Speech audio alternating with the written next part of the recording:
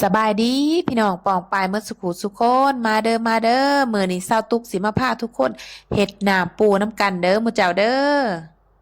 มื้อนี้ก็เผอิญมีคนมาขายกระปูให้สตุกหลายราคาถูกๆหมู่เจ้ายามฝนกระปูหน้าก็สิมีหลายราคาก็สิถูกหมู่เจ้าเขาจะมาขายให้สตุกถือมาบักหลายสตุกเอาหมดเลยหมู่เจ้า เพราะว่าช่วงนี้ยามฝนกระปูมันหลายมันราคามันก็พอฟังแน่ว่าสันสาสตุกก็เลยซื้อน้ำเหล้าเบิดแล้วเอามาเท่าไรสตุกก็ซื้อน้ำเหล้าเบิดเลยสตุกก็สิมาพาทุกคนเฮ็ดน้ำปูเพราะว่าซื้อหลายนั่นนี่ก็เฮ็ดน้ำปูหั่นเลยเฮ็ดแนวอื่นกินก็กินบ่เบิดดอกมื้อเจ้าเพราะว่ามันหลายก็ถึกแน่คันสิว่าถึกอะลีล้อก็บ่ถึกอะลีล้อเด้อมื้อเจ้าเด้อ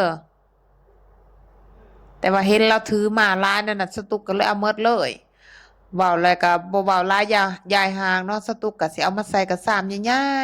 ๆล้างทำความสะอาดโอ้ยสตุกล้างอะลีล้อได้อมื้อเจ้า ล้างแท้ล้างว่าล้างจนน้ำใสคือแต่ว่าแต่กระปูมันยังเป็นสตุกล้างจนมันเหี่ยวกระปูจนมันตายเองว่าซั่นซะหลังจากนั้นสตุกก็สิมาแก้มาใจมาอนามัยเอหลีหรอแล้วสตุกก็จะไปปั่นเด้อมื้อเจ้าเด้อเห็นบางคนเขาเจ้าเฮ็ดเขาเจ้าตำเอาแต่สตุกบ่ถนัดมื้อเจ้าบ่ถนัดตำสตุกมักปั่นเอา สตุกมักสบายว่าสันซาบ่มักยากลำบากกับปั้นสตุกก็สิปั้นจนหมดแล้วสตุกก็สิมาตองบัดนี้หลังจากสตุกปั้นแล้วหมดแล้วสตุกก็สิมาตองอันนี้ผ่าตองของสตุกมันหน่อยเด้อมันจะเด้อสตุกก็สิตองไปเทื่อละน้อยเทื่อละน้อยเพราะว่าหม่งสตุกมันหน่อยเด้อมันจะเด้อก็สิตองไปเทื่อละน้อยเทื่อละน้อย ต้องละเอาตักใส่เทอละหน่อยแล้วก็ปั้นบีบออกมันก็สิมีแต่น้ำมันออกมาเหลือจากกากมันเท่ากับไปทิมหมดเจ้าปั่นจนแน่นอะเรียล้อได้มันจะได้ปั่นจนแน่นอะเรียล้อให้มีแต่น้ำปูมันออกเน่สตุกกะสีปั่นไปเทอละน้อยพุ่นแลมันเจ้าจะมันแล้วพุ่นแลเพราะว่าหม่งของสตุกมันหน่อยถ้าหม่งมันใหญ่นี่ก็สิแล้วไวอยู่คลิปตัวนี้เป็นคลิปยาวเด้อมื้อเจ้าเด้อยาวแฮงเด้อมื้อเจ้าสิว่าแฮงอันนี้ก็บ่ดอก10ปลายนาทีเพราะว่าหยังคือเอาว่าสตุกเอามาตัดเละลวดลัดตัดตอนให้เหลือเพียงแค่10ปลายนาทีเจ้าคือเอาสตุกเฮ็ดนี่ใช้เวลาบักหลายมื้อ แล้วสตูมาลวดลัดตัดตอนให้เหลือเพียง10ปลายนาทีมันก็ลวดลัดตัดตอนที่สุดแล้วเนาะมันเจ้าเนาะก็สตูก็สิเฮ็ดไปเทื่อละน้อยเทื่อละน้อยปั่นออกเทื่อละน้อยนี่เด้อันนี้คือมันสิมีแต่น้ำปูเนาะส่วนนี้ก็ปูมันถือกสตูก็เอามาเฮ็ดแนวนี้แหละ ผู้ใดอยากได้ผู้ใดอยากกินก็ทักมาหาสตุกเด้อสตุกเฮ็ดสุดนี่ก็หลายเติบอยู่ได้คิดว่าหลายเติบอยู่เพราะว่าบ่เคยเฮ็ดหลายปานนี้สตุกเฮ็ดแต่ละเทื่อก็บ่ได้เฮ็ดหลายปานนี้บ่ได้ฮักโฮมปานนี้ว่าซั่นซะอันนี้รู้สึกว่าฮักโฮมได้สตุก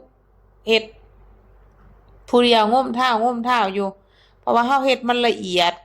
เกินไปว่าซั่นซะ ใจนางใจนางแกนางง่มอยู่ว่าสันซามุเจ้าเอ้ยอีหลาอีเลือสตุกหันจนลอยหมู่เจ้าจนลอยจนบ่มีแห้งจนบ่มีแห้งสิเฮ็ดแล้วคิดว่าสิล้มเลิกกลางทางแล้วเพราะว่ามันเมื่อยแห้งก็คือขั้นตอนใจปูหมู่เจ้าเพราะว่าเฮาเฮ็ดสะอาดเฮ็ดอยากเน้นความสะอาดว่าซั่นซะเฮ็ดแบบว่า เฮาสิกินโลงท้องเฮาเองว่าซั่นซะก็เลยต้องให้มันสะอาดนะเฮาคิดแนวนั้นถึงสิไผกินน้ำก็ตามเฮามักความสะอาดเฮาเฮ็ดให้สะอาดอีหลีหรออืมมันก็เลยใช้เวลาว่าซั่นซะคันผู้เขาเฮ็ดมักง่ายมักสะดวกสบายสะอาดแน่บ่แน่ร้อนแน่บ่แน่หั่นมันก็สิไวได้หมู่เจ้านี่สตูเฮ็ดพิถีพิถันเกินไปว่าซั่นซะก็เลยเมื่อยผู้เดียวเฮ็ดโอ้ยจนอีหลาอีเหลือหักโหมเกินไปเพราะว่า เคยเฮ็ดผ่านมาสตุกก็บ่ได้เฮ็ดหลายเฮ็ดพอแต่ไว้กินไว้ซีมซื่อๆอันนี้มันเหลือเกินหมู่เจ้าหลังจากสตุกตองกับผ้ามุงแล้ว รอบที่1สตุกมาตองรอบที่2สตุกตองรอบที่2นี่สตุกใส่ตะแกรงที่ว่ามันทีแห้งเนาะทีขนาดทีก่อนหมูบางยานี่อีกเนาะสตุกก็สิต้องกับด้วยตะแกรงทีนี่อีกต้องเทื่อละบาทนี่รอบที่2ที่สตุกตองเป็นหยังสตุกตอง2รอบแบบนั้นเพราะว่าเพื่ออยากให้น้ำปูนี่ให้มันเนียนที่สุดเนาะให้มีแค่น้ำปูจะบ่ให้มีกากมีอีสังผสมอยู่ในนั้นเลยเนาะสตุกตองรอบที่2อีกมันจะเอาแค่น้ำเอาแค่เนื้อเน้นๆเลยมันเจ้า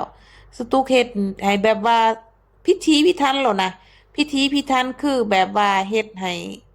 ตัวเองกินเฮ็ดให้คนในเฮือนกินโลดเนาะนี่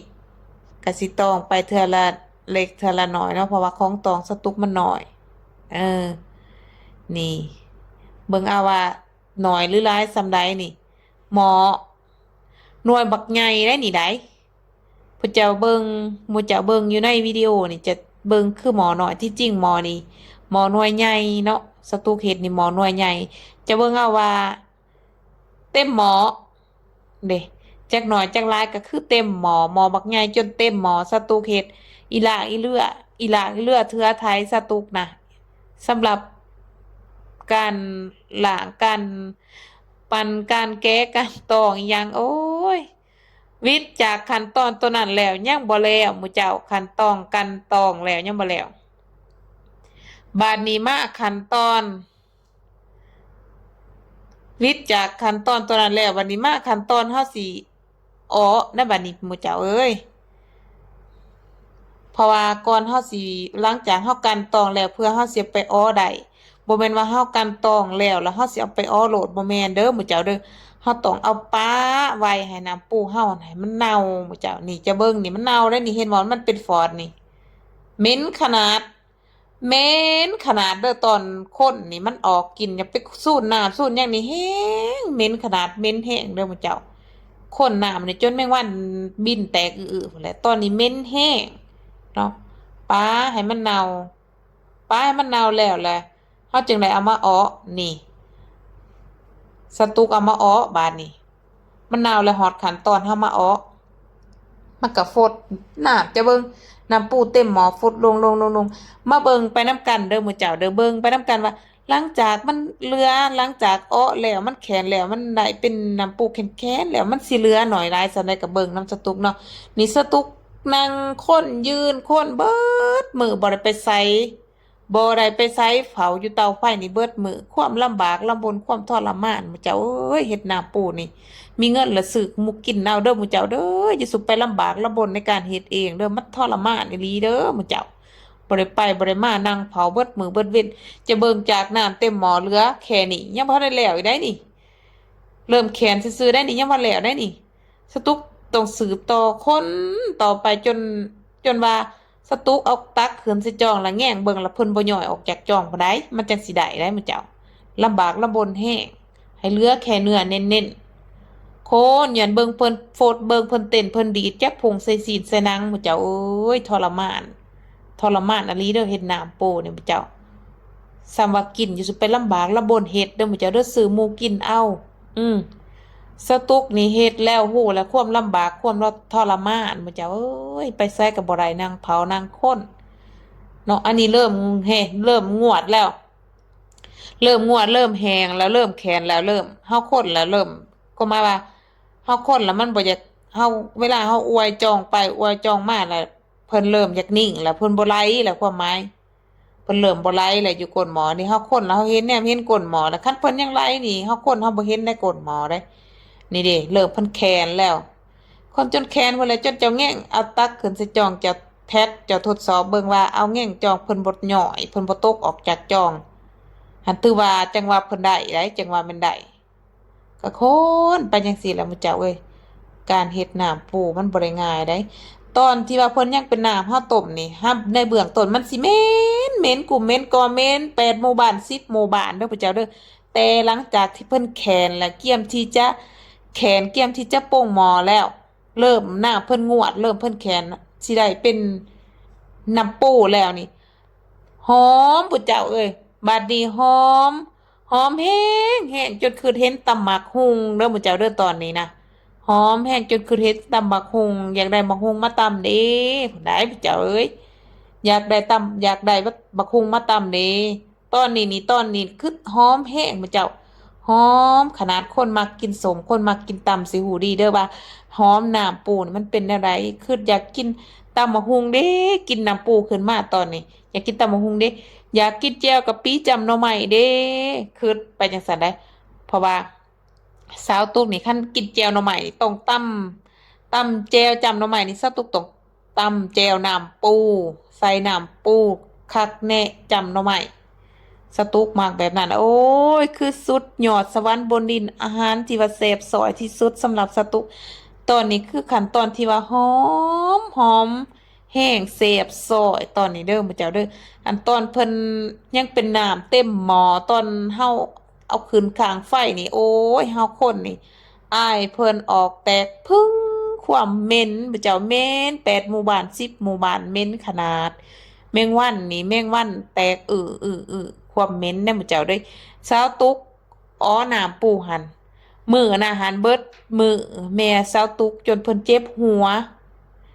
เพิ่นเจ็บหัวเพิ่นว่าสิแล้วล่ะบ่ข่อยเหม็นแฮงนี่อันนี้มันแขนนะเด้อนี่เด้อมันแขนแล้วเกี่ยมสิได้แล้วนี่เพราะว่าสตุกคนไปเวลาน้ำเพิ่นเริ่มแห้งสตุกคนไปค่ะเฮาก็ทดสอบไปนํเนาะคันเพิ่นบ่ย่อยออกแต่จ้องถือว่าได้อันนี้มันได้แล้วสำเร็จแล้วสตุกก็โป่งลงให้เพิ่นเย็นนี่เด้เฮาก็โป่งลงปาไว้ให้เพิ่นเย็นหลังจากเย็นแล้วเฮาจึงมาเอามาจึงมาเอาใส่กระปุกใส่กับใส่ อีสังไว้เนาะคันเพิ่นเป็นแบบนี้แห้งแบบนี้ขั้นตอนนี้แล้วคือสตูเฮ็ดนี่ป้าในตู้เย็นกะบ่เน่าบ่เสียป้าอยู่นอกกะบ่เน่าบ่เสียกินได้เป็นปีเนาะคันเฮ็ดคือสตูแต่ว่าบางคนเพิ่นอยากได้หลายว่าซั่นซะเพิ่นบ่ถึงเพิ่นบ่ได้ท่าสิเฮ็ดแขนซ้ำสตูกได้แค่แบบว่ามันเริ่มแบบแล้วๆแบบว่ามันไหลย่อยลิดๆออกจากจ้องนี่ก็เพิ่นเอาแล้ว ผู้เขาเจ้าอยากได้หลายว่าซั่นซะผู้เขาเจ้าอยากได้หลายบ่จำเป็นเขาสิเฮ็ดแขนซ้ำซาตุกเพิ่นให้ยังน้ำมันยังไหลอยู่เฮาทดสอบใส่จองก็ยังเพิ่นไหลออกแต่จองอยู่เขาก็เอาเลยแล้วบางคนหั่นเขาเพราะว่าเขาอยากได้หลายแต่ว่าคันส่ำนั้นหั่นการเก็บรักษาให้มันบ่ได้ดนเด้อมื้อเจ้าเด้อเพราะว่าสตุกนี่ผู้หนึงแหละว่าสันซาเสี่ยวซ่านที่สุดแหละกับการเฮ็ดน้ำปูนี่เนาะกับการเฮ็ดน้ำปูนี่คันเฮ็ดคือแบบสตุกเฮ็ดนี่เฮ็ด แขนซำนี้นี่เฮารักษาไว้ได้โดนการเก็บรักษามันอยู่ไว้ได้โดนมันบ่บูดบ่เน่าบ่เสียคันว่ายังเป็นน้ำแล้วไหลออกแต่จอกหั่นมันได้หลายมันได้ปริมาณหลายแต่ว่าอายุการเก็บรักษามันบ่ได้โดนเด้อมื้อเจ้าเด้อคันคือสตูกเฮ็ดนี่โอ้ยมันใจปลอดภัยสะอาดเก็บรักษาไว้ได้โดนนี่ จะเบิ่งเอาหลังจากที่ว่าน้ำเต็มหม้อน้ำปูเต็มหม้อแล้วมาอ้อเหลือเป็นน้ำปูแท้ๆเหลือเท่านี้หมู่เจ้าเหลือเท่านี้บ่ฮอดกิโลซ้ำนี่สตุกได้กะแอบได้กับได้กับปลายกับตัวนี้เต็มกับตัวนี้ได้เต็มกับที่สองกายเครื่องน้อยหนึ่งบ่เต็มนี่เจ้าคิดเอาว่าหมอใบบักใหญ่สตุกมาเฮ็ดได้น้ำปูเหลือแค่นี้เจ้าคิดว่าส่ำใดซื้อปูมาบักหลายๆแพงเติบมาเหลือเป็นน้ำปูแค่นี้แถมเจ้าเฮ็ดลำบากลำบนอีกโอ้ยเบิดมือเบิดเว้นนั่งคนนั่งเฝ้าหมอนั่งคนอยู่เตาไฟหมดฟืนหมดไฟกับบักหลายเหลือเป็นน้ำปูแค่นี้เจ้าคิดเอาโอ้มันความทรมานลำบากลำบนอะลีเด้อมื้อเจ้าเฮ็ดน้ำปูนี่ บ่ต้องมักลำบากสตุกนี่มักลำบากลำบนแห้งซื้อหมูกินดีกว่าสตุกฮู้แหละว่าเฮ็ดน้ำปูนี่มันสุดลำบากลำบนซื้อเขากินดีกว่าเนาะนี่แหละก็สิประมาณนี้เด้อสตุกเฮ็ดพาทุกคนมาเฮ็ดน้ำปูเนาะนี่ได้แค่นี้กระปุกหนึ่งกับกระปุกที่สองบ่เต็มสับกายเครื่องน้อยหนึ่ง เนาะกะสิประมาณนี้ผู้ใดอยากเฮ็ดก็ลองเอาไปนำใส่เอาไปเฮ็ดเด้อขอมกขอบใจหมดสุขูสุคนที่เข้ามาเบิ่งเด้อมื้อเจ้าเด้อ